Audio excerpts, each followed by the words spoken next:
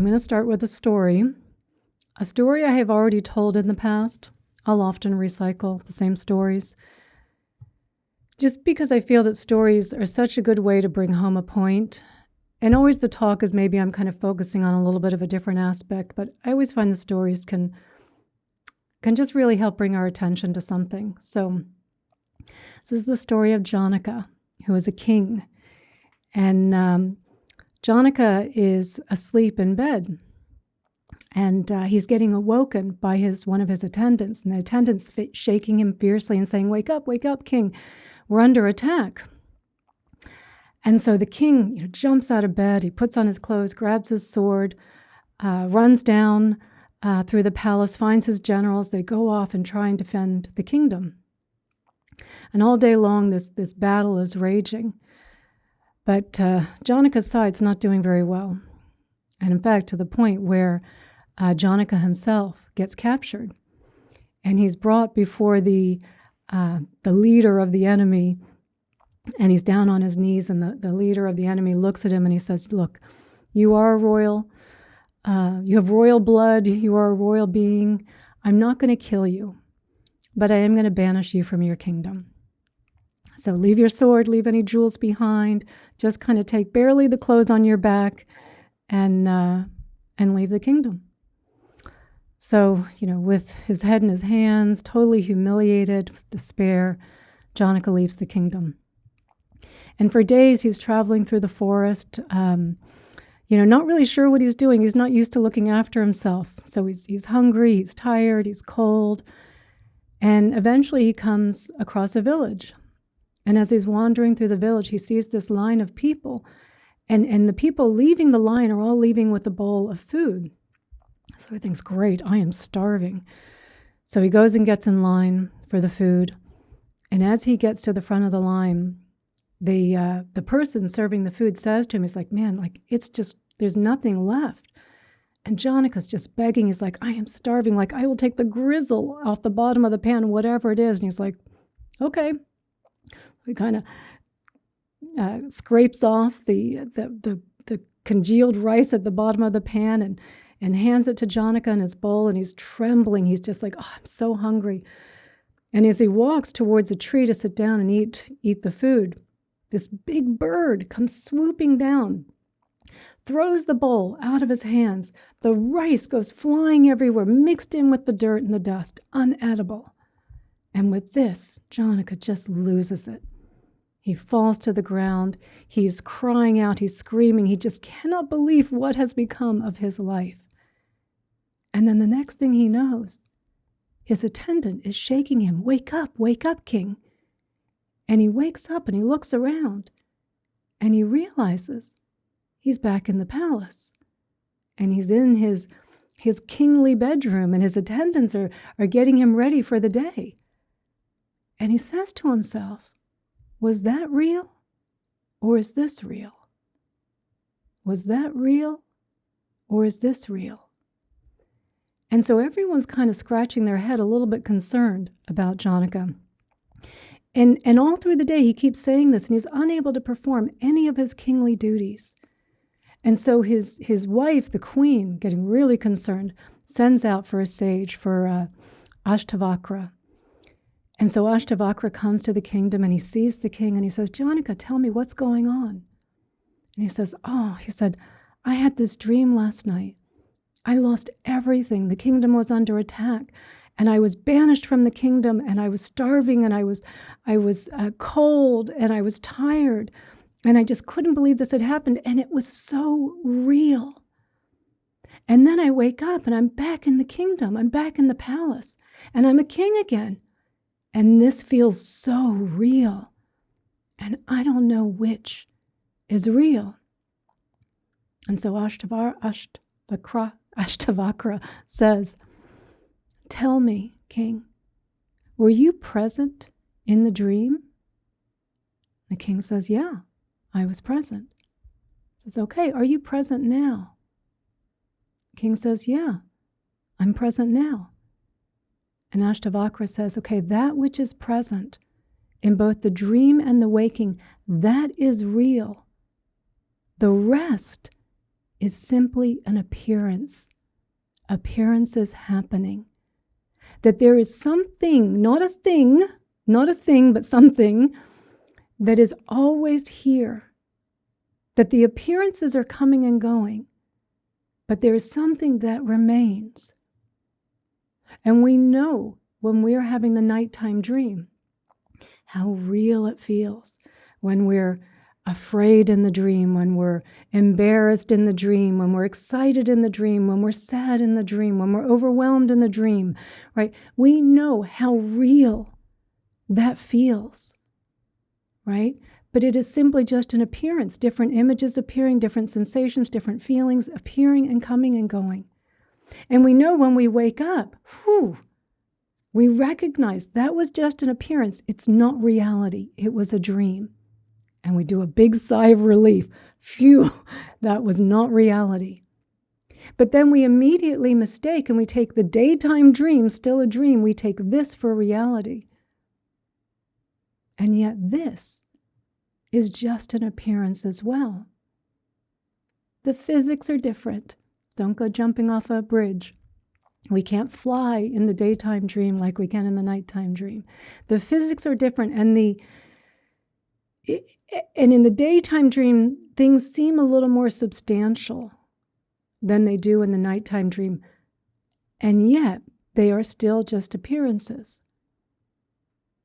Every day, thousands of people are born. I don't know, thousands, hundreds, I don't know how many. Hundreds or thousands die.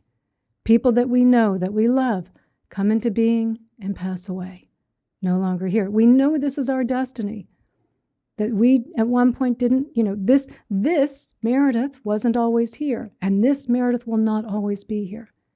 And everything that is appearing, the house, the car, the food, the laptops, whatever it is that's appearing, is also coming into being, interdependent, interconnected, and going out of being, simply appearances.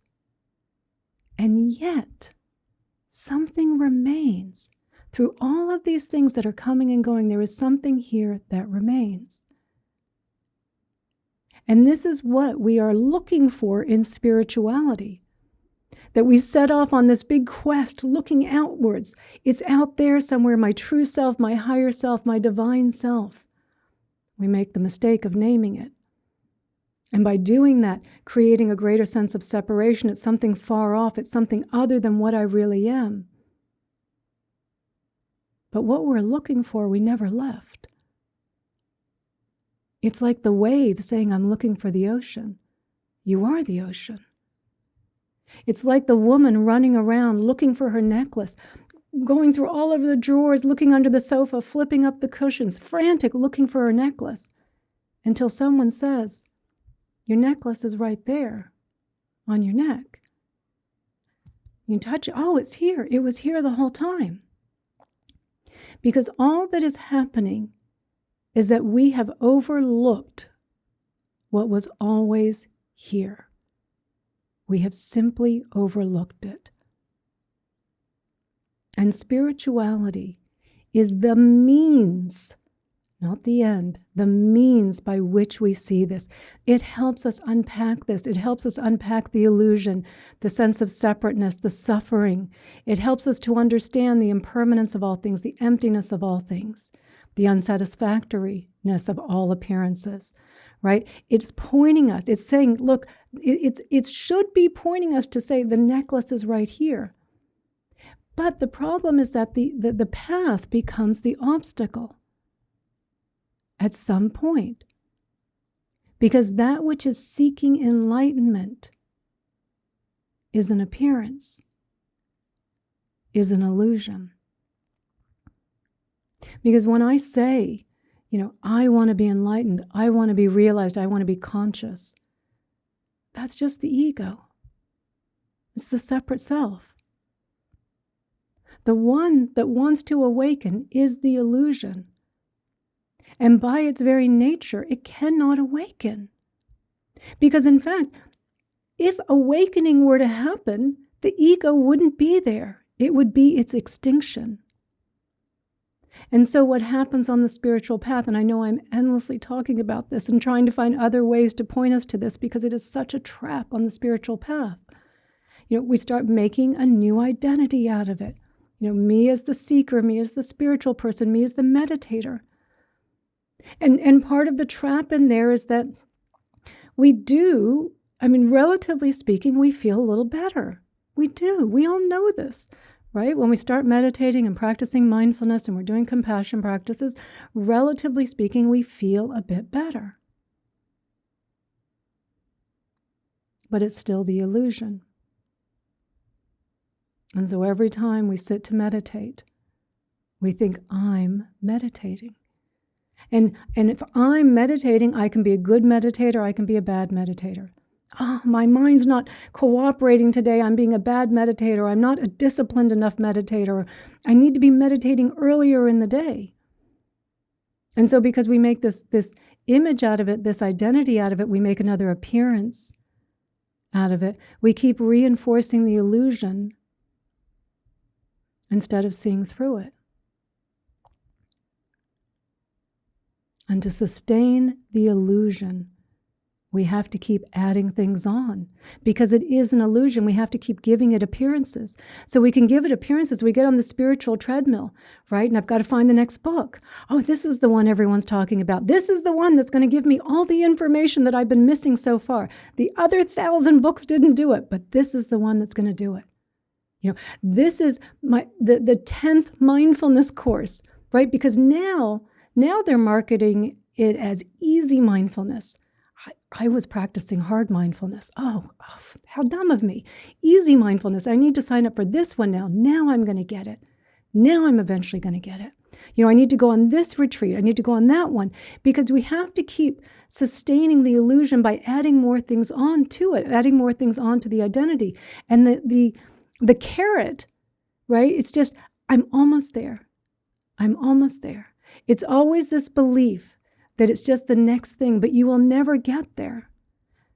You'll never get there. If we're using spirituality as the ends instead of the means, if we're using it as an identity, we will never get there. It will always just be a little bit out of reach, and you're just always needing to add more things on. And it's like when the Buddha said, the dharma is like using a raft to cross the river, right? Once you've crossed the river with the raft, you wouldn't pick the raft up and put it on your back and keep carrying it around, right? That it's a means to an end, right? That you use it to help you get to the other side of the river, and then you leave them behind. That's not the end game. And quite possibly, they didn't write down all of the Buddha's statement, because I would add on to it that what the Buddha would say is when you get to the other shore, what you would realize is that you never left the shore to begin with. Because the reality of which you are, you never left. This is not something that is far off from us. It's not something that's going to take lifetimes. It's not something that's, going to take eons and eons to become as a special person, something like that, right? Because of course, who do you think would say that? The ego, right? And then it makes me think, right, and if it's coming from my ego, and of course I'm unworthy of all this, so of course it's so far off there. Of course I'll never get there to it. But we're wearing the necklace. The necklace never came off. We just need someone to point it out to us, that it's here. And so the practices are helpful. I say this all the time. I don't think that just do nothing is helpful, right? I think the appearances and the illusion and the delusions, the dream is so believable, so real to us. We've been so brainwashed that, we need the practices. We need the pointers, but we need to keep remembering the practices are a means, not an end. If we see them as the end point, we are still just trapped in the illusion. And I feel in my own experience, the most powerful practice that we have that cuts right through this illusion, cuts right through the appearances, is self-inquiry. It shines a spotlight on it. It shines it in UV light and infrared light and every single possible light to show you there is nothing there. It is an appearance, nothing substantial, nothing solid. So when we question and we ask, who's meditating? Right? Who's seeking? Who's not getting it? Right? Who's afraid? Who's anxious? Who's overwhelmed? Who is the owner of this thought? When we question in this way, we're using the appearance to, again, shine a light on itself, right? Because the thoughts, I'm meditating, it implies that there is something solid, independent here that is doing the activity instead of just meditating happening. It implies something solid and real. And so when we ask the question, the self-inquiry, it's not to get an answer. It's not to respond. It's to short-circuit the ego. I can't compute this. And so in doing this, in short-circuiting it, there's two things that can happen. One, you can short-circuit it and it just silence. Just silence. You saw it, and there's just silence. Right? You saw the appearance, silence. It can't hold up under the scrutiny. And yet sometimes it can, especially in the beginning, it can start defending. Well, what do you mean who's meditating? I'm meditating. There's something right here meditating, right? It tries to defend. The ego always tries to defend, right? Defend itself, prove itself. It's always doing that. So then you question again, who's defending? Who's doing the defending? You keep shining the spotlight on it. You keep using the appearance to see that it is an appearance. Exposing that it is simply an appearance. And in its absence, seeing what it is that remains. Seeing what it is that is always here, because reality is not an appearance. Reality doesn't come and go. Appearances come and go. What you are always remains. It doesn't go away. And so I do think the practices are helpful. And I think, even for self-inquiry, we need mindfulness. Right? We need to know when we're getting lost in the illusion, right? When we're getting caught up in something, right? Oh, I'm lost. I need to be aware of that. I need some mindfulness to be aware of that, to even ask the question, who's lost? Right? For it to really be able to, again, to short-circuit the ego in a way that brings back, that's right, just being. But also when there is just a certain amount of a strong emotion really coming up, the appearance can seem really real, right? When there's something really embarrassing happening, some failure happening, something just, that we go, anything but this, not this, this is real. Then we use the practices again, recognizing, I'm lost in the illusion, but the emotion is super powerful right now. It's really compelling. And so come in and feel, right? Allow the feelings to be here like we talk about. I know I talk about this all the time because I think this is incredibly powerful, right? It's still part of the practice to breathe and feel, embarrassment, failure, you're here. Breathe deeply, allow space for all that contraction happening in the body, bringing your attention back into what's real, right? What's happening, right? The appearance of those feelings of what's happening. And then as they start to settle down, as you start to feel a little bit more relaxed, as the intensity of the emotion starts to dial back down, then when we get to the investigative part, ask yourself, who was embarrassed? Who was overwhelmed? Who made a fool of themselves? To keep questioning it in a way that keeps bringing you back so that we want to get out of the grasping and the chasing. We know how easily when we get into mindfulness, we start grasping and chasing the calm feeling, the peaceful feeling. I just got to get out of this and I got to get into that. And this is a way to just prevent that from happening when we get to that investigative part, right? That we can say, who is it that was upset? look for it. Who is it that was upset?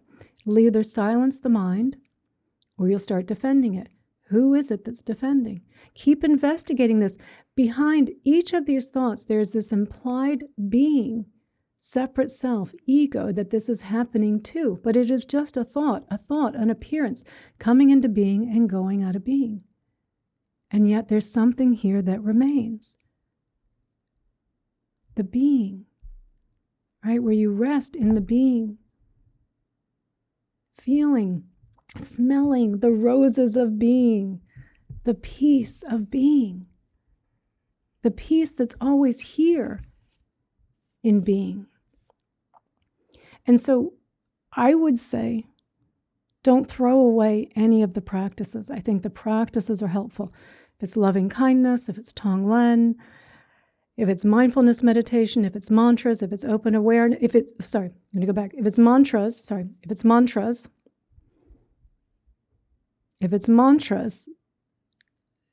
not mantras that are affirming something. That's just the ego. If it's a Sanskrit word, if it's Om, even Om Mani Padme Hum, which does have a meaning, but it's not I am something, right? You can't become something. You can't become what you already are. It's just the ego hiding again. So being careful with mantras to not be affirming something. Even, in fact, in my beginner's meditation course, I have 5 mantras in that. And Sue, I know you've done that course. They're all negating mantras. Peace is not chasing, peace is not resisting, peace is not comparing, peace is not judging, peace is not narrating, as a way to point people to say, this is what peace isn't. I wouldn't be using this kind of terminology in a beginner's meditation course, but just to keep pointing to the peace. So being careful if you're using mantras not to make it something that's affirming. But whatever practice it is that you're doing, and all of these practices have a benefit, right? I go on and on about Tonglen. I think Tonglen is one of the most beautiful meditations, right? But you can integrate some self-inquiry just, again, who's doing Tonglen? Who's doing Tonglen? Who did Tonglen? Right? Just as a way to ensure that we don't start to wrap ourselves up in it. I'm so compassionate. Instead of, compassion arising. Right? We want to set those conditions, right? So all of these practices, super, super helpful. But as you're sitting to meditate, whatever practice you're doing, who's meditating? Just to ask yourself, who's meditating? Right? And especially because we find when we get into the meditation, it's like, the mind won't quiet. Ask whose mind won't quiet. Watch how quickly the mind will quiet, right? When you start putting the spotlight on it. So you can use this, I find at least that, when you mix self-inquiry with the other practices, they become incredibly powerful. And they prevent us from falling into the trap of believing that we are that what these practices are doing is that we are becoming something. We're not becoming anything. You can't become what you already are, right? And it's just to keep reminding us to that it's here. It's always here. It's not there. It's not far away. It's not something separate from you. Don't let anyone tell you that it's going to take you 5 lifetimes to do this and it's going to take you decades to do that. That sets up, we fall into that belief and we go, they said that, so that must be true. How can something that we already are be so, setting it up as something so far away from us? It's just more ego. It's something the ego would say. It's very safe. If it's going to take me lifetimes, it's very safe. It's a way it sustains itself. So we again, I do feel like, and I don't apologize. I think this is one of the most important messages that we can be hearing. And I know I've been going on and on about this, I think, for quite a while now, in different ways that I keep trying to bring it in. Because we do need spirituality. We're so lost in the illusion. We're so lost in the suffering. And we need the pointers and we need to kind of have the path shown, but we also have to be really clear. The path at some point does become an obstacle. It does. I mean, it's just very rare to not see it become the obstacle, especially the way I think it's marketed today. So just, being careful. Don't name what it is, right? And I know it can be so tempting, and sometimes I've done it in the past too. It's kind of tempting to want to name this as something, and I think it was just brilliant where the Buddha, where he would call this the deathless. It's just hard to make an image out of that. The deathless, because the deathless isn't born, and doesn't die. And yet you can't make an image out of it. And we have to be so careful. We're so image oriented. We so want to identify with it. And yet that becomes the obstacle. So noticing the identity of in spirituality, like the grasping and the chasing, the next thing. Oh, I needed this meditation. I didn't know I needed that meditation. Oh, I needed this new teacher. Oh my God, they're the best thing, right? Until they're not. And then they're the next best thing. And then someone else is the next best thing, right? The constant chasing and grasping in spirituality, right? Questioning the one who wants to awaken, right? Because remember, the one who wants to awaken is the illusion. So keep questioning it, noticing the separation, noticing when it's happening, and to question it, right? Who is this happening to? To keep shining a spotlight on what it is that's happening in a way that helps you see the appearances that are coming and going. And yet there is something, not a thing, don't name it, but there is something that remains. There is something that remains. Reality doesn't arise and disappear. It is always here. It's everything else is appearing and disappearing within it. And the nighttime dream, really no different than the daytime dream. The physics are different, I will give you that, but it's just appearances.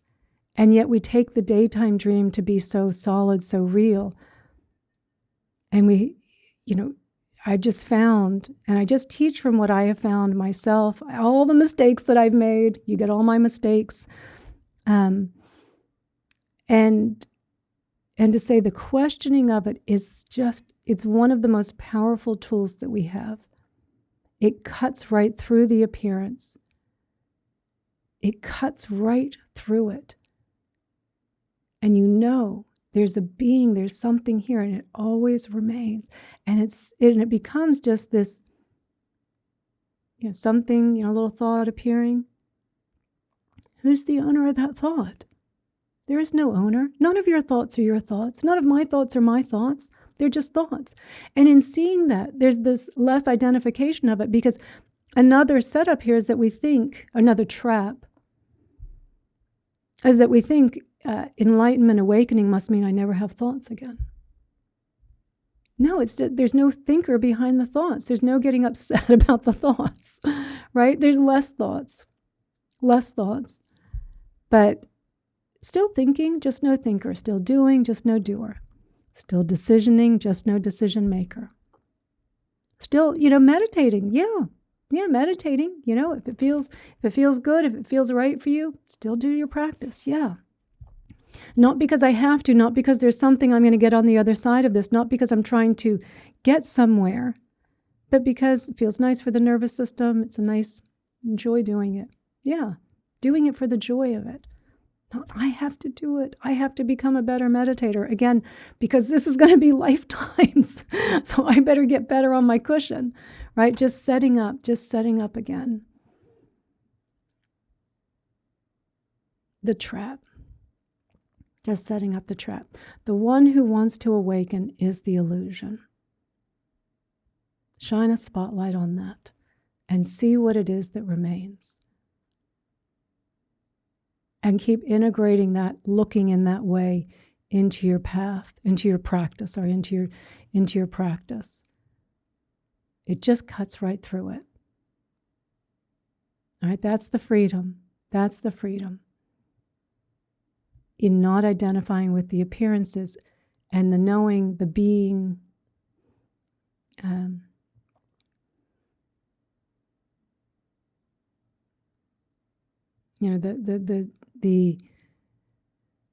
the trusting in what it is that's always here, and trusting it. A little faith along the way doesn't hurt as well. Taking that step, just asking the question. It's going to be super helpful. I think faith can also play a big role in this. But we've got to stop going down the rabbit hole of spirituality and make sure that we truly understand the practices are a means, not an end. The moment they become an end, the moment we become perpetual seekers. And it's not something that's going to happen 10 years from now. In the moment that you say, who is it that this is happening to? And the ego can't compute it, and it short circuits, and there's silence. That's it. I was always wearing the necklace. Oh, I just forgot. I just overlooked it.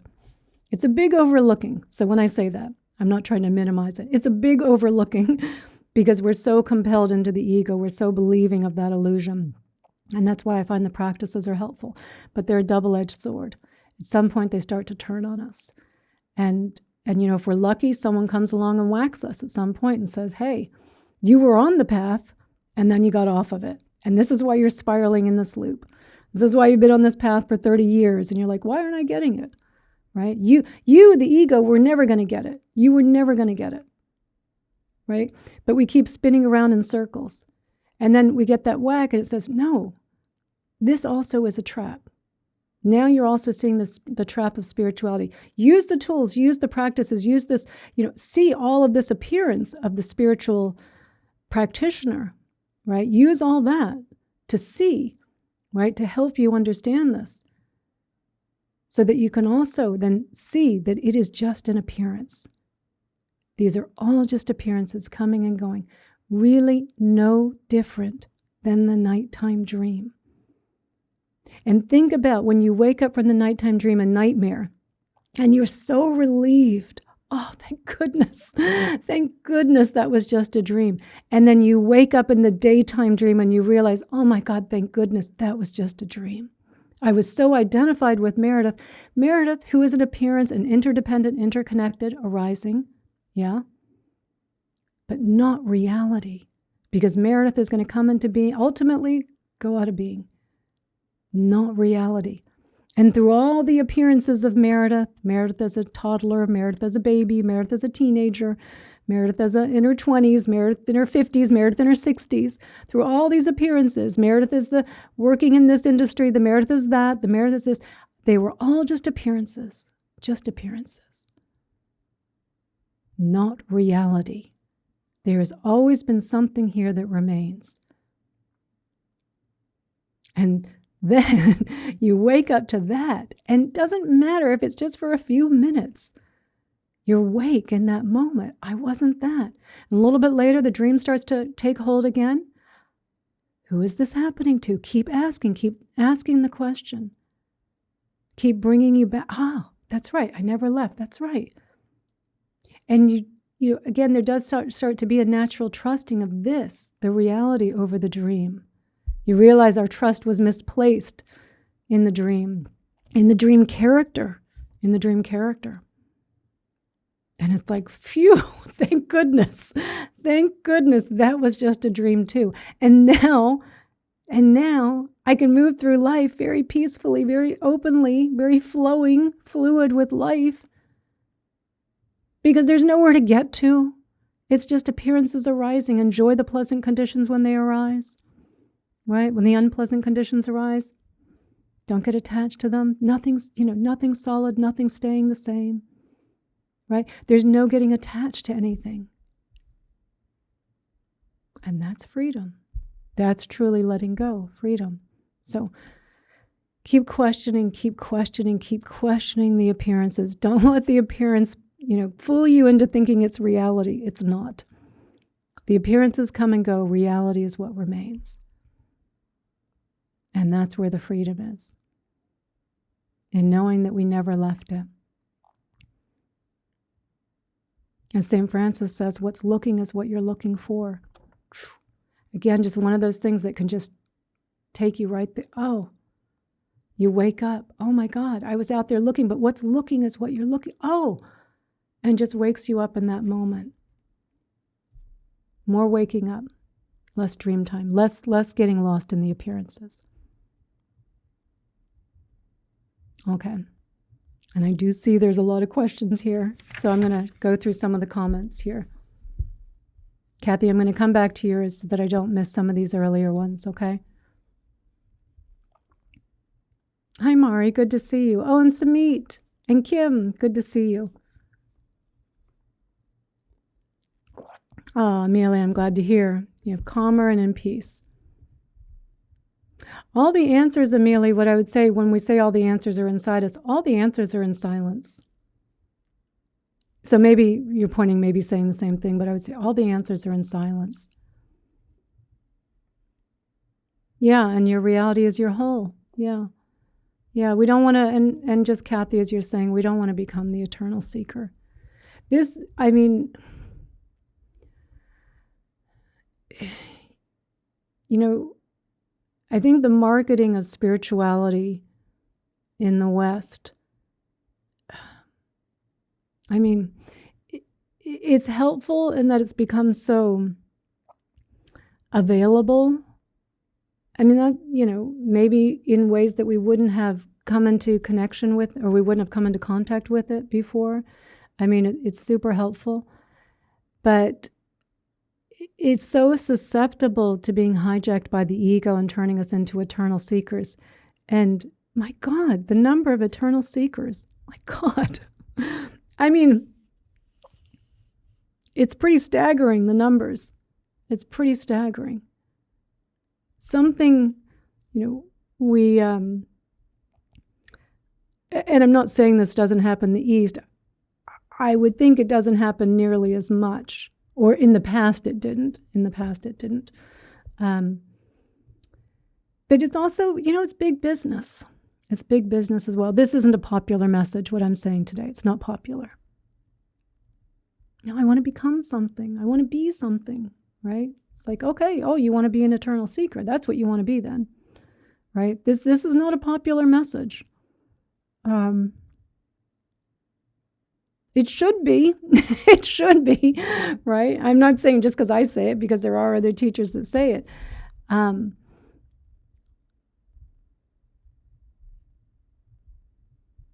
yeah, there's a bit of, as I'd said like a few weeks ago in the Dharma talk, where I was saying the conflation of spirituality and self-improvement, or the spirituality and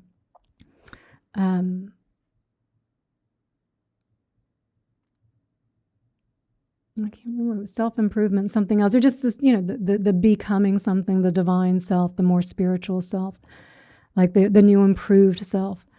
You know, it's just our it's almost like, you know, the conditions in our society, our culture are just very prone to that, right? There's always something new. Every year there's something new. Every year there's something new. You know, whether it's spirituality, you know, whether it's, you know, something new in spirituality. Oh, now it's the mantras, and now it's this, and now it's that, and now it's the breath work, and now it's the, you know, it's the qigong, and now it's this. And again, not saying any of those things, they can also be super helpful.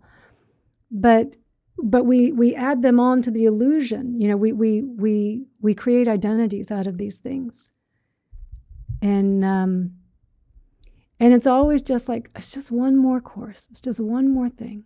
And it's like how many more courses can you do on mindfulness? Like, I mean, you know, I mean, I find the Dharma talks, as long as the Dharma talks are pointing you in the right direction, can be super helpful. And I do find that they're helpful. Make sure that they're pointing you in the right direction. Because there's a lot of brainwashing that's happened in our culture and our society, and in believing in the dream and the dream character, or the dream character. And so hearing this, hearing this and in different ways, hopefully in different ways, maybe slightly different ways to kind of keep tripping up the ego, or maybe just, again, there's an identity. You're like, oh, I see myself there. I saw myself there, right? To kind of help you kind of see like, oh yeah, I am doing that. And so hopefully in a way to keep pointing you back in the right direction, right? That's what, that's what the hope is here, that this is doing for you, for all of us. And so, yeah, there can be some helpfulness in that. But there's also, there's like a million other ways that you can get lost in other things. Yeah, and I will still go back to the other practices, but Philippa, just what you're saying, like the well-being industry, it's been so hijacked by mindfulness. It's been so hijacked. I mean, the wellness, and it's so much, like people get so attached to their morning routine. Oh, I get up at, 3 a.m. and I meditate for an hour and I do yoga for an hour and I drink my matcha tea and I journal and I do gratitude. And the whole time that's their ego just wrapping up this big identity in it. It's like we get so attached to this stuff, like we don't even see it. It's just, and I think all the images, and I think there's big business online in, I don't do TikTok or Instagram. I have a Facebook page. I barely use it. But, and I'm not making anything on that, just that I know there's a lot of people on there that are really good at marketing this stuff. But they're not marketing awakening.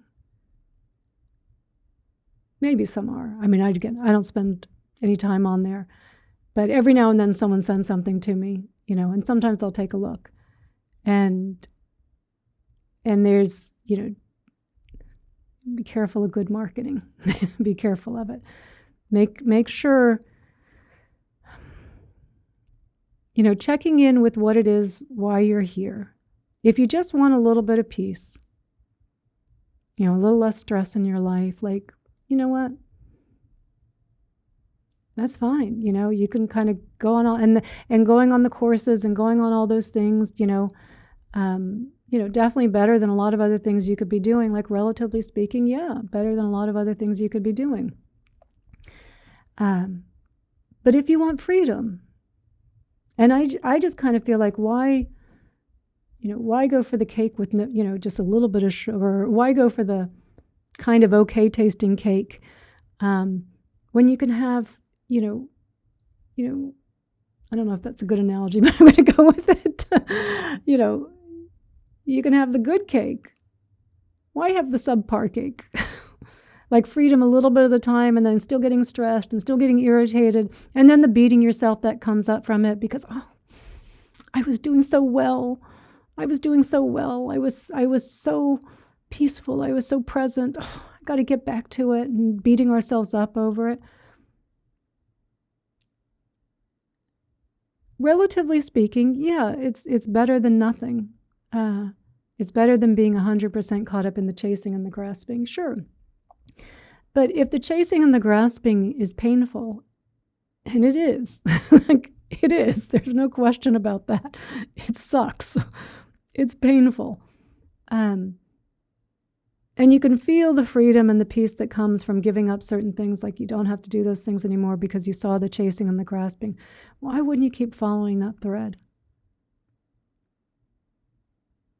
And noticing the chasing and the grasping when it's happening in spirituality. I mean, there's a lot of uptightness in spirituality, right? A lot of clinging. And I mean, I do find this at a lot of spiritual centers. A lot of egos. A lot of egos. It's kind of bizarre. A lot of egos trying to pretend to be egoless. And everything kind of looks the part. And we just see the images and look at that. We're very susceptible to seeing images and imputing something, right? We impute, they must be peaceful. I remember on a retreat, this was the retreat when I actually was first exposed to self-inquiry, the Ramana Maharshi teachings. This was in 2009 in India. And it was a 3-week silent meditation retreat. And it was somewhere in the second week, they had given us a little bit of like, you can go for a walk outside the retreat center and then come back, but you're not supposed to talk to each other. And there were only like 6 of us on this retreat.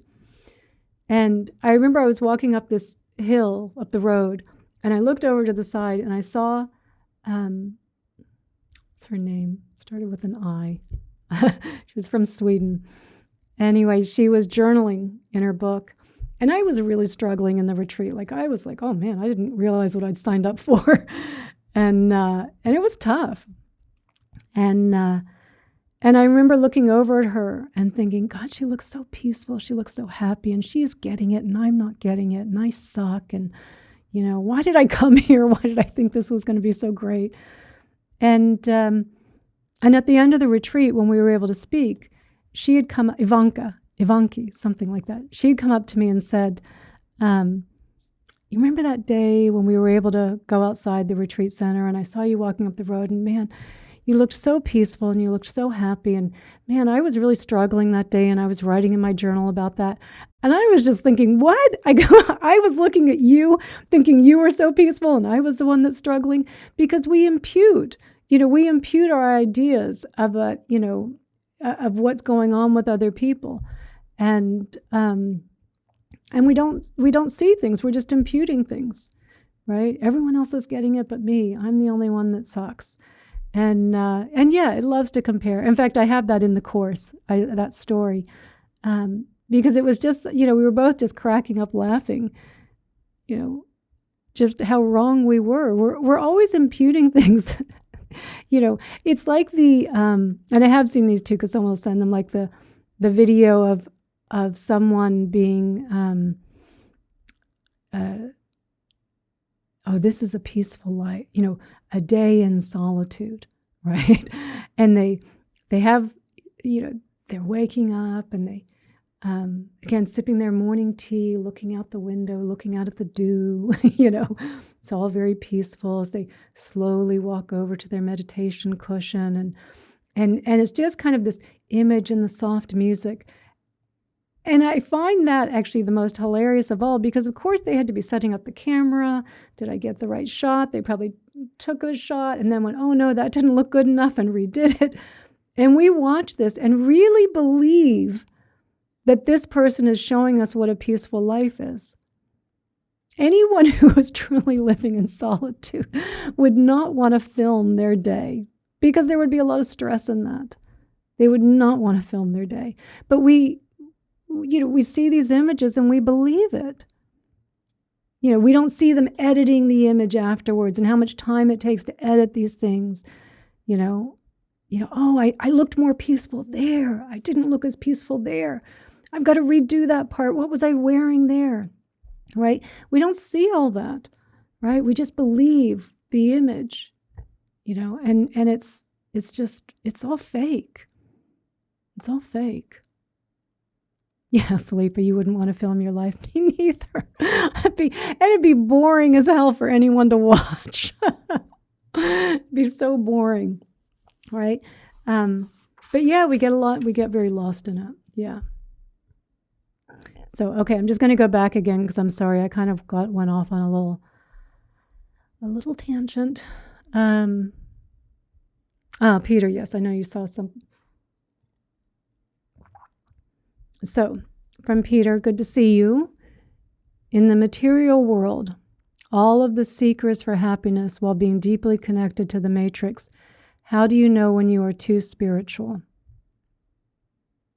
That's a great question. Like, how do you know? You're making an image. You're making an image out of it. There's no image in this. There's no image in it. Like, how do you know? You can even use, inquiry to question that, right? Who's questioning, am I being too spiritual, right? Because the question is the ego, right? So, am I being too spiritual? Am I not being too spiritual, right? Because remember, all of this, the one that wants to awaken is the illusion. It's just that it's not going to be there for it. But we think it is. And so to question that, who is it that wants to know? Who is the owner of this thought? Just question it, and come back. Don't think too much about it. It only becomes a problem when you think too much about it. And as from Amelia, I think it was like in the silence, all that you need to know is in the silence. It's all there. Yeah, oh, Julie, and I use that quote all the time, or not that exact quote, but I always reference that, the Wizard of Oz quote, "You've always had the power. You just had to learn to use it for yourself." You always had it, right? She goes through all these trials and tribulations, and then she gets there, and I think the good princess, she says, "Oh, just click your shoes together." What? What? I thought I had to do all these things. No, just click your shoes together. And yet the doing all the things has its purpose. I do find it has its purpose. It's, where there's a certain amount of understanding that happens, but there's really ultimately, and Peter, maybe this will also help a little bit to your question. There really is no understanding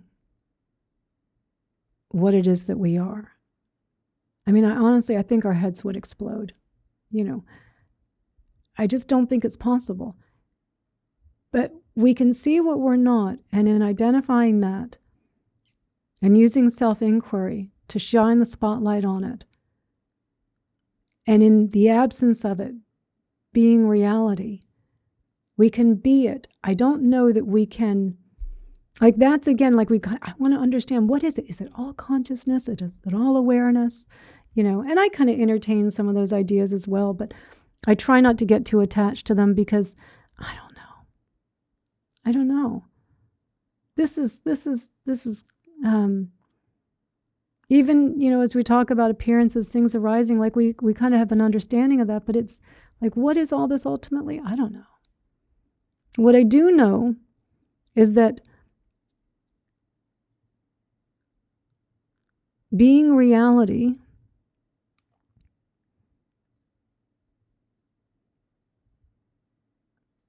and not getting lost in the illusions, life is a heck of a lot easier. It's a lot easier. It's a lot, it's more full, it's more interesting. I mean, the illusion is just the most uninteresting thing in the world. It is, because it's all about me. I'm the center of the universe. What do they think about me? What do I think about me? What am I going to become tomorrow? And then when tomorrow comes, what am I going to become next week? And then when next week comes, what am I going to become next month? Right? There's just always this striving to be something. Oh, and I'm never living up to it. Like, that's just boring. It's boring.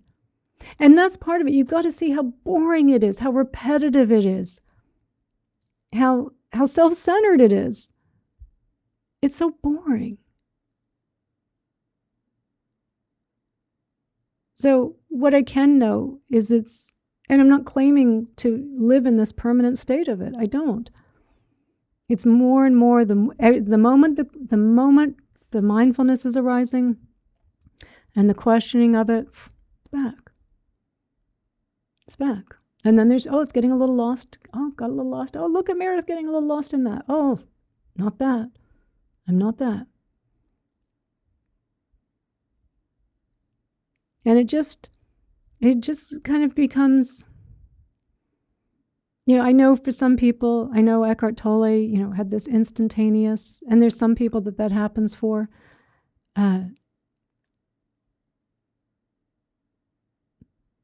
That's usually not the most common way that this happens. And that can be very destabilizing as well. Very destabilizing.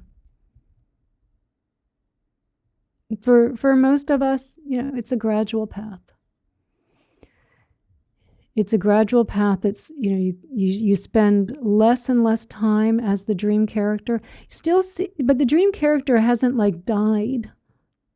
The ego hasn't died, because how can appearance die, right? It's just, there's less identification with it. There's just a lot less identification. And it's kind of funny. You go, oh, look, spinning out about this. Not me spinning out, but look at the spinning out, right? When you can have that, it's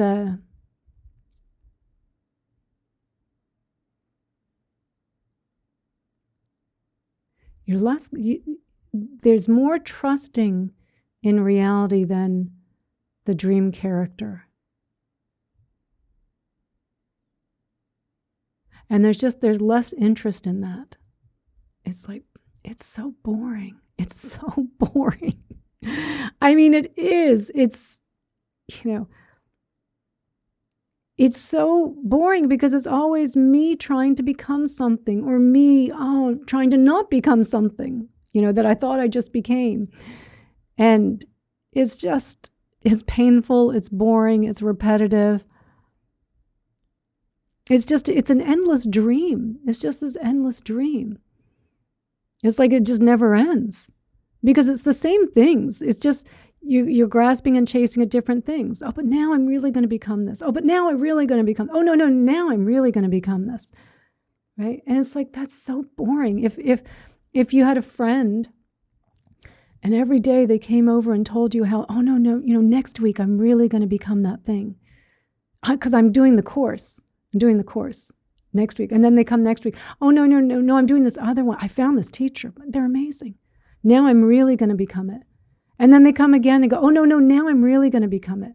It's like, my God, do you not see? You're never becoming anything. It's just this endless fantasy and overlooking the whole time what is already here. And overlooking the whole time what is already here. That what you want to become, you already are. You just overlooked it. You just overlooked it. And again, I don't mean to say that like you just,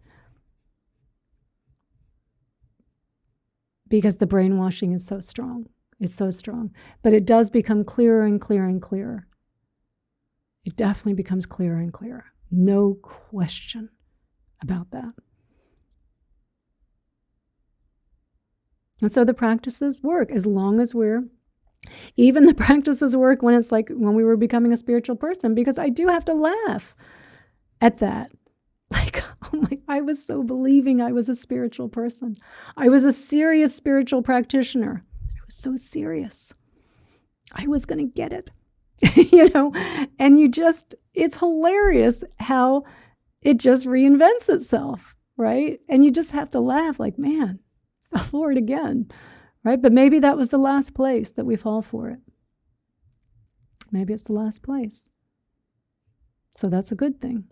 We've kind of exhausted all of our resources, all of its identities, As we said, it's very clever. It's very clever. Always don't ever assume that it can't come out and get you, because I think that also is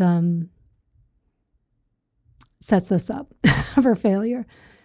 But just that, the one thing I think we can, kind of the common thread in here, and Peter, also to your question, we know when we're in the matrix. That's what you said. Like, we're in the matrix, or we're in the illusion, we're in the dream, we're in the we're believing in the dream character. It always comes with contraction. Always comes with contraction. There's tightening. Almost, the holding our breath, the kind of shallow. It always comes with that. And unless there is truly something in your environment that is threatening, you're in the matrix, you're in the illusion. Yeah.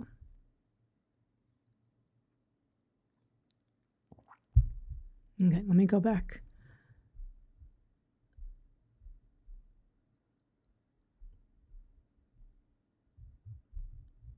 So Julie, thank you for that Wizard of Oz quote. Thank you. So Fiona, when you're saying what's the difference between a mantra and a manifestation, I try to avoid anything to do with manifestation, because usually what's being manifested is the ego, is an image of me, the image of me getting something, the image of me creating more wealth, the image of me being more spiritual.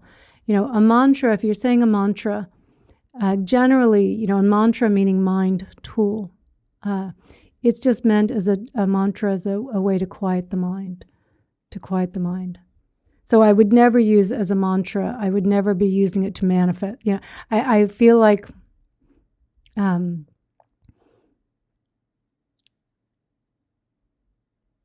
would not put manifesting in what it is that we're doing here. Definitely not what I'm teaching here. Definitely not that. Definitely not that.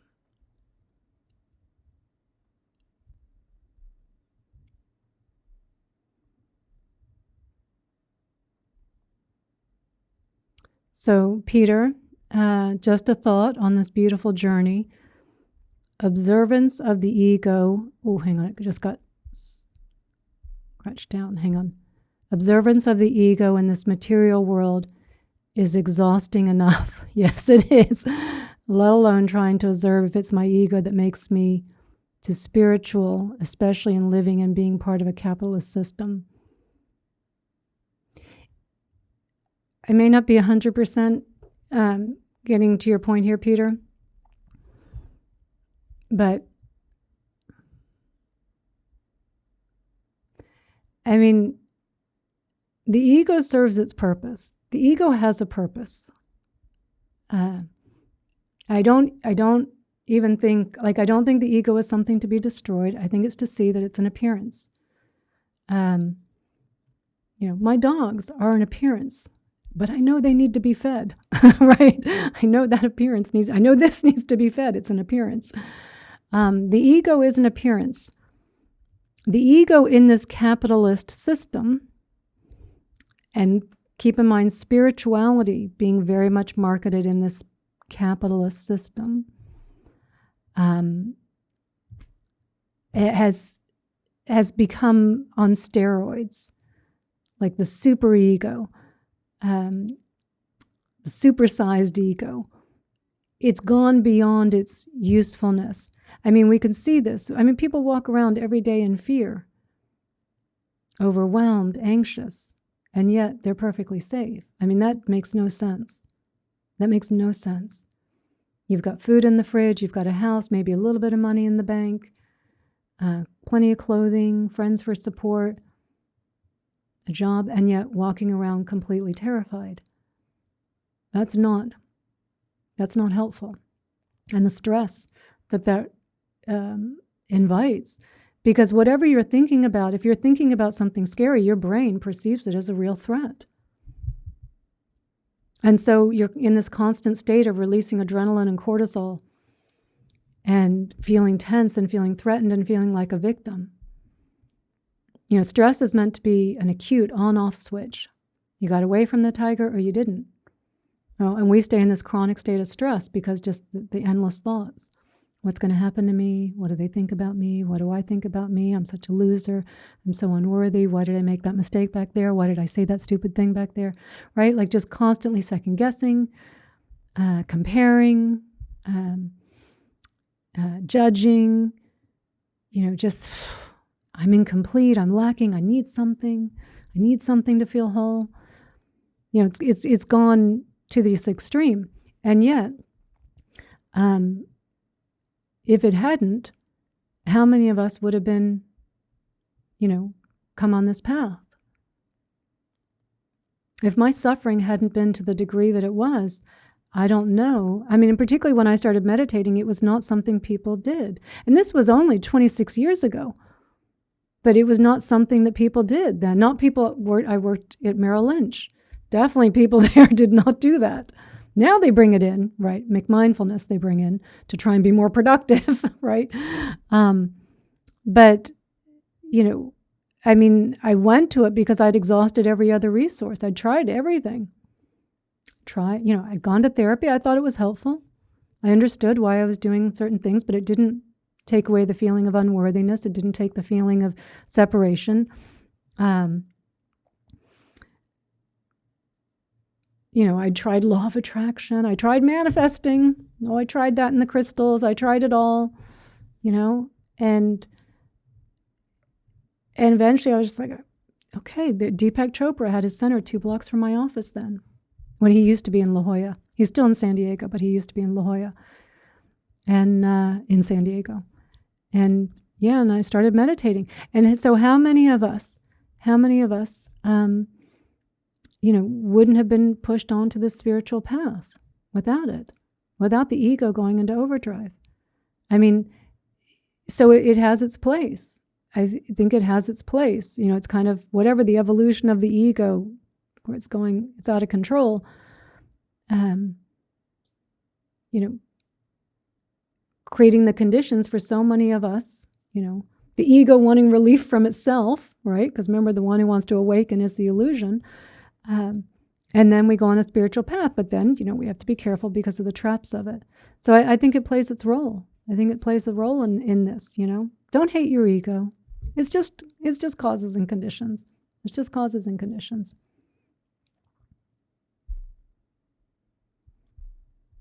Okay, and I'm going to get to your questions down there, Callie and Deb. I know there's been quite a few up here that I've missed.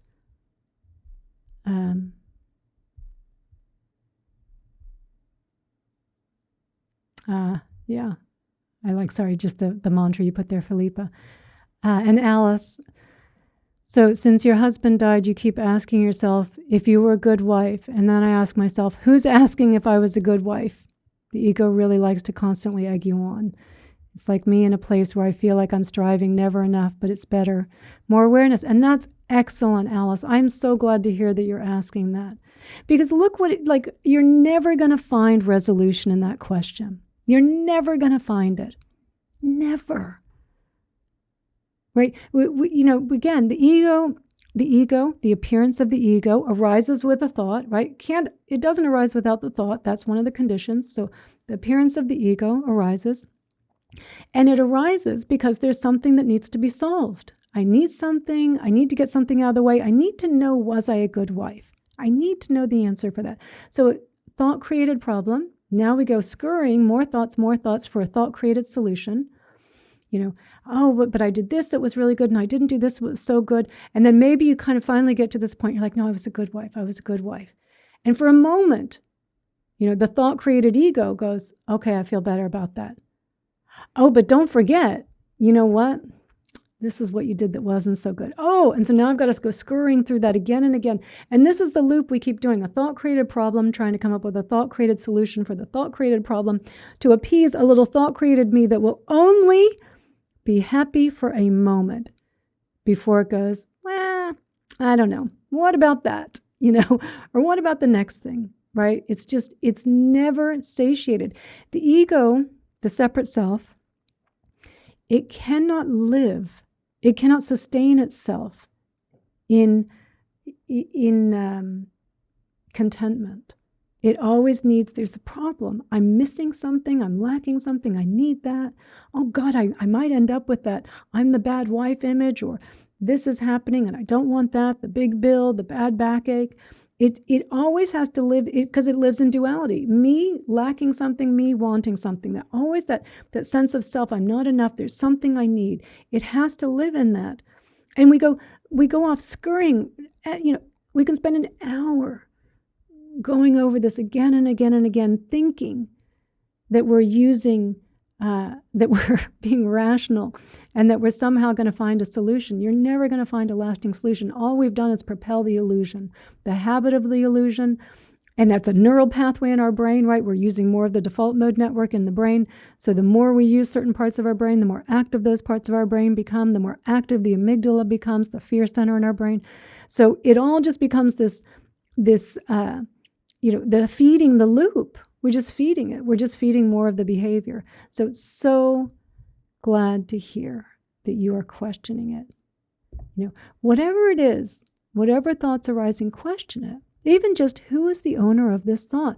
There's always an implied owner behind the thought.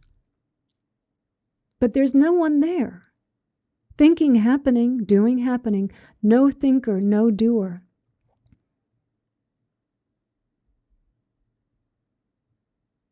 And that's what we want to keep shining the spotlight on. And as you said, Alice, so the more that you do this, the more living, the more aware you are. Great. Fantastic. The lighter you are, the happier you are.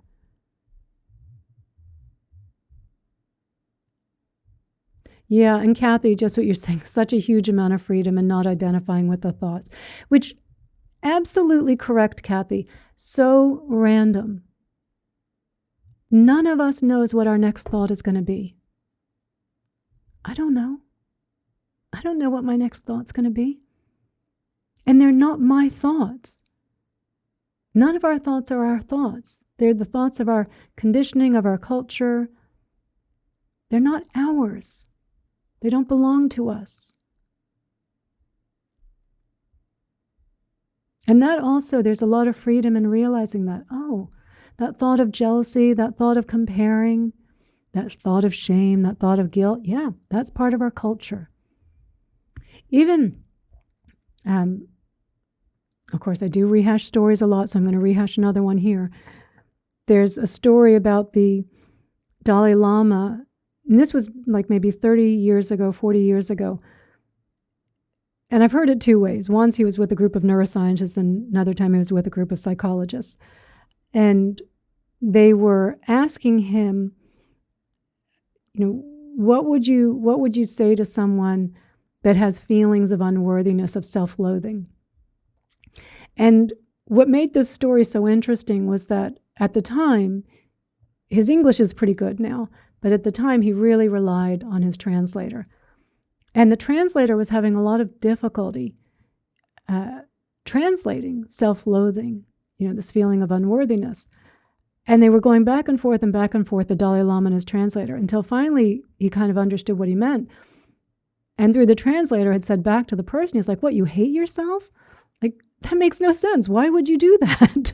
Why would you do that? So in Tibetan culture, not even there being a word for it, but in our culture, in the West, in a very competitive, egocentric, individual culture,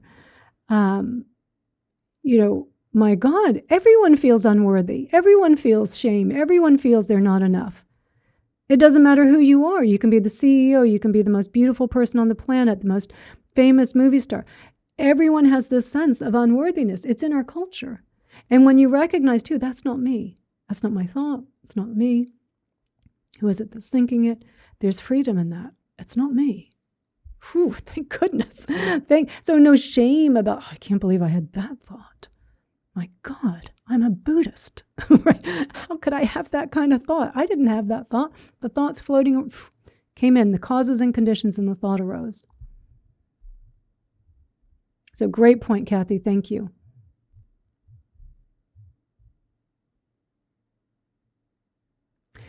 Yeah, and Philippa, so we had discussed that, about the wellness industry and its marketing superficiality. And Alice, yes, the ego is a good marketer.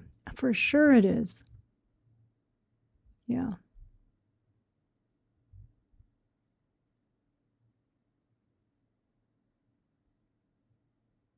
Yeah. I'm just agreeing with some of the comments as I'm going through. I'm realizing they're probably not something to comment here, but Philippa and Alice and Kim, yes, all your comments here I'm agreeing with.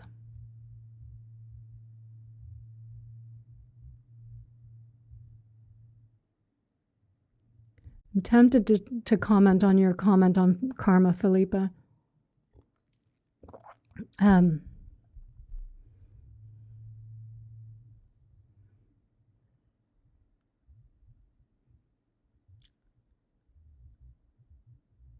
Yeah, I'll just touch on this. See if I can do it. I think what we also have to remember with karma, and karma from a Buddhist perspective, is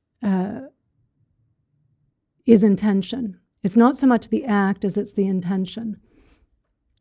And in fact, I was just talking with someone about this yesterday, where he was talking about being with this person that was an elderly person. They were going on and on about themselves. They weren't asking anything about him, and he was judging that person. And he said, but I didn't act on it, so I didn't create any karma, right? That he was able to not say something rude to the man or something. They didn't act on it. And yet the karma is the intention. Because if I'm judging someone, I may not be acting on it, but I'm planting the seeds, and I'm probably going to later in some way. I'm planting the seeds of judging because that's what's happening in the mind. So we want to be, and this is where also I find this can be super helpful because, of course, I just said a moment ago, we don't know what our next thought's going to be. Now I feel a little trapped. Now I feel like, oh no, I'm in trouble because I don't know what my next thought's going to be, and yet my intention is a thought. And now I'm planting seeds of karma. Oh no, what does this mean?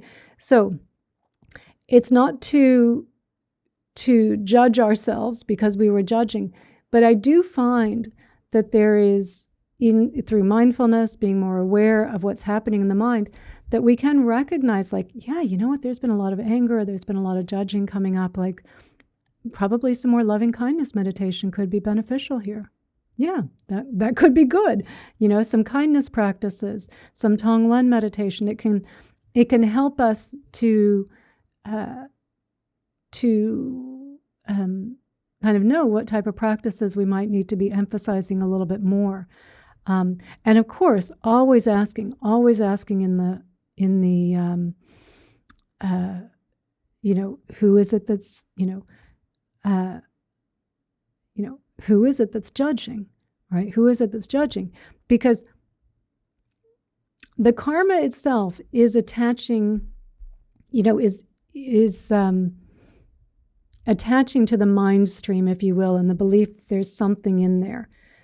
And this is why it's said an enlightened being creates no karma, because there's nothing to attach to. It doesn't mean that they can't walk along and kill ants accidentally, like, yeah, not stomp on them, but there's nothing to attach back to. So doing the self-inquiry, but also we can kind of recognize, like, yeah, you know what, there's a lot of anger arising, a lot of resentment. Yeah, I should probably do some more heart-centered practices, right? Because then those are creating the conditions of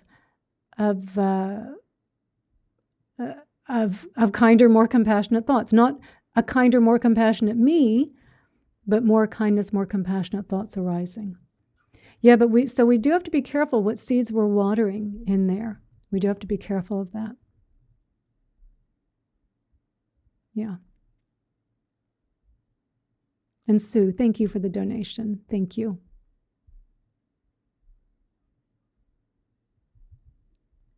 Yes, and just to your point, Philippa, too, and I think that's helpful for Peter, I hope for both of you.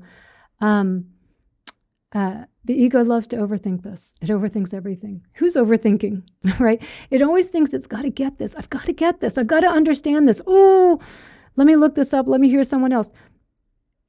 And that becoming an obstacle. I'm not getting it. I'm not getting it. Who's not getting it? Who's not getting it? And you get it. Not the ego, right? It's never going to get it fully. It's never going to fully get it. Thank you, Julie. Thank you so much. Okay, and I know, Callie, you had some questions. I think I'm getting close to you here.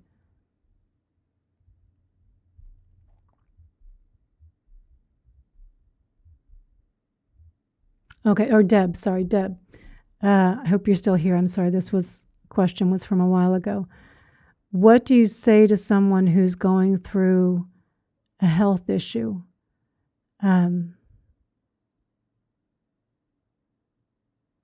I would just say open your heart with compassion to what it is they're going through, and the words will come.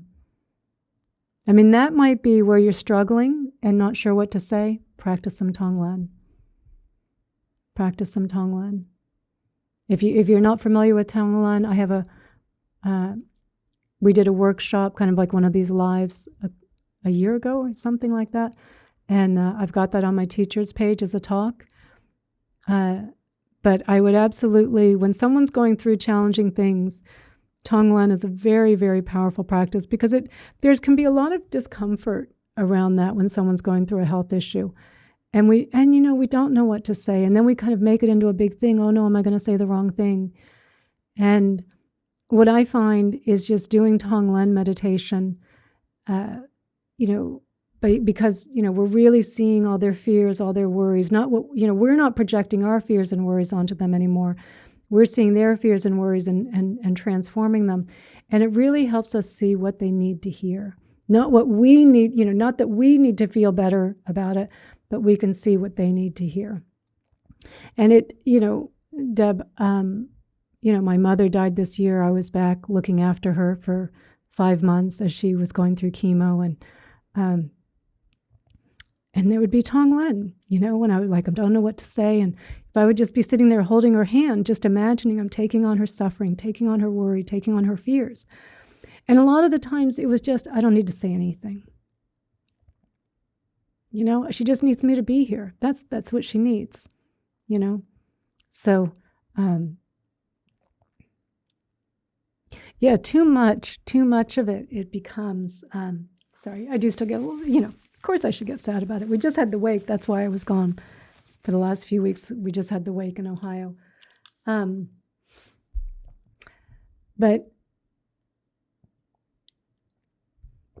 too much when we're going through, when we're with someone who's suffering, we have this fear. What am I going to say? What am I going to do? I want to do the right thing. We want to help. But really what's getting in the way there is our ego's fear of not knowing what to say, of doing the wrong thing and kind of making it all about us. And so, often, and it can just be in the moment, you're just sitting with someone and you're just breathing and you're just imagining what they're going through, right? You're getting out of your head and you're just imagining what they're going through. And often the right words are there. Often they're there. But often what I find too, it's just, there's nothing, it's a smile, it's a little, a squeeze of the hand, and it's okay to just be with this. It's okay to be with the fear that they're feeling. Like that, we want to try and take their fear away. And that's not what Tonglen practice is about. It's about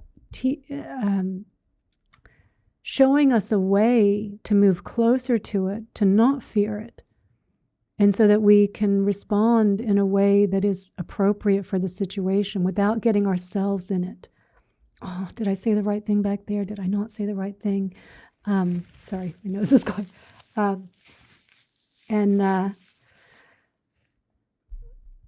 It's taking us out of it. It's taking us out of it because it's difficult. It's difficult when we're with people that we love and they're suffering. About your own health is what you're questioning about, your own health. You can do Tonglen on yourself, taking on your own fears and worries about your health. So that, again, you're quieting down all the fear around it, all the endless, needless worrying, because it's not helping. It's not helping, allowing you to move closer to it with self-compassion. So Deb, I'm not sure where you are in your practice, on your path, how many tools are in your tool belt, but self-compassion, also just, kind of a little pet of yourself. Oh, sweetheart, this is tough. Big decision, needs to come up, or, I'm losing some, capacity, some things that I was able to do in the past. Yeah, sweetheart, this is tough. This is tough. So it's about practicing being with it, right? Being with it is really, really important, and not denying it, And I have another talk, Deb, for you as well, that when we did the 5 remembrances last year, at the end of last year, so these are the Buddhist 5 remembrances. The first one is, I'm of the nature to die. I can't escape dying. I'm of the nature to get sick. I cannot escape getting sick. So that's a good one for us to look at, because we always, oh, no, I'm losing this. And it's a good thing for us to remember. And these 5 remembrances is what the Buddha said we should think about every day. Maybe just the beginning of your meditation, the end of your meditation, to remember, I'm going to get sick. There's no avoiding it. The only way to not getting sick is just dying instantly, right? So I'm probably going to get sick. And the third remembrance, I'm of the nature to die. I cannot escape dying. Yes, this one is going to end. Meredith is going to end. Meredith is an appearance. Existing. I'm not saying not existing, right? But not existing the way we think. And the fourth remembrance, which was very interesting that we were doing that just as my mother had just arrived here down in Mexico last year. And the fourth remembrance everything that is dear to you and everyone that you love is subject to change. You cannot avoid being separated from them. And that's a good thing for us to remember so that we don't take for granted the time that we have with our loved ones, right? This isn't about turning us into robots, unfeeling, unthinking. It's about, seeing that these appearances and appearances that we have a connection with, a love with, a bond with, they won't last forever, right? And so not to fret and worry that they're going to leave us, but to remember, don't take any moment for granted, because we do. We take so much for granted that they will always be here. And the fifth remembrance, my only belongings are my karma, right? I cannot escape the consequences of my actions. My actions are my continuum, right? So again, the actions is the intention. I'm not quite sure why it's said in that way, but it is the continuum. It is the continuum of us, of Meredith. So for Deb, you might want to refer to that, the second remembrance. Also, self-compassion, because the worrying does not help our health. It doesn't help us make wise decisions. It doesn't help us heal if we're needing to heal, because the stress, shuts down the immune system. It doesn't help us heal. So as best you can to move closer to your fears, move closer to your worries, to feel them, to really embrace them, right? You're very welcome, Deb. And I'll just do a couple more here, and then we're probably getting close to my stomach starting to grumble and I need food.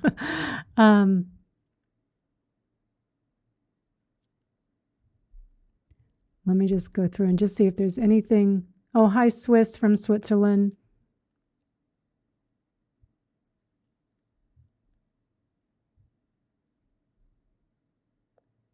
Oh, great, Philippa. If you notice there was judging out of reading the news, then more Tonglen, more metta, all right?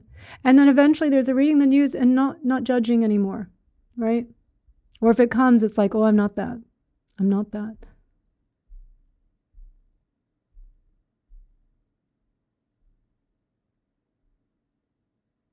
Oh, so you're saying also mixing Tonglen and loving kindness. And don't be afraid to do those things on your own. As you've probably gathered, I mean, I take all these traditional practices, and there's always a little bit of a, what works here is what I'm delivering. And thank you, Robert. Thank you. Oh, Kim, thank you, Kimmy. Yeah, the puppies are good. I'm so, so nice to be back with them, because I wasn't with my dogs for most of the year. That was tough. But I was where I needed to be with my mom, and I'm so glad I was there. Yeah, and just Alice, what you're saying again, it's the silence. We say so much just by sitting in silence. And the sitting in silence, and again so Deb I know this was for yourself, but for anyone with someone who's going through something, there is, when there's a nervousness of sitting in the silence, the worry of the fear of the silence, needing to fill the space, that's not really giving them the space of silence. So again, it may appear on the outside that we're giving space and silence. It's got to be genuine, right? And so if you notice there's an uncomfortableness around it, right, you can ask, who's uncomfortable in the silence? Who's uncomfortable, right? Shine a spotlight on it. Or again, just in that silence, just practicing some Tonglen, practicing some metta, right? As a way that just eases, and then you're comfortable in the silence, and they are truly comfortable in the silence. And silence like that one is beautiful when nothing needs to be said. There's nothing that needs to be said, but you're really, truly comfortable with it. So thank you, Alice. Thank you so much. I appreciate the donation. Okay, and I think I've just about gotten to everyone's questions here.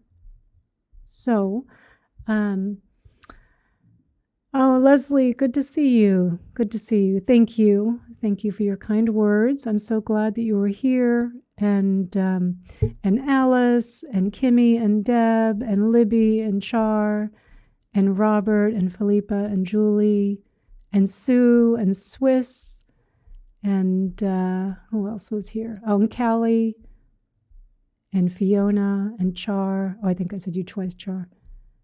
And who else? And Peter. Yeah. And well, let me go back any further, but perhaps you guys are still here. Who was here in the beginning? Michelle and Paula. Yes, you were here in the beginning. And Lindsay, so good to have you here too. Thank you. Thank you guys so much. I think we are just going to go ahead and end it here. My stomach, the conditions are that the stomach is going to start rumbling here in a minute. I generally eat just a little snack before I teach. So ready for lunch. And the puppies are ready to come back inside.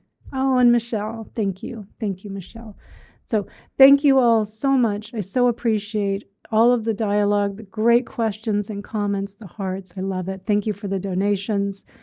And of course, I'll put this whole recording up on Insight Timer. I've been lately just putting all of them up. And just don't get caught up in spirituality. Don't get caught up in the trap.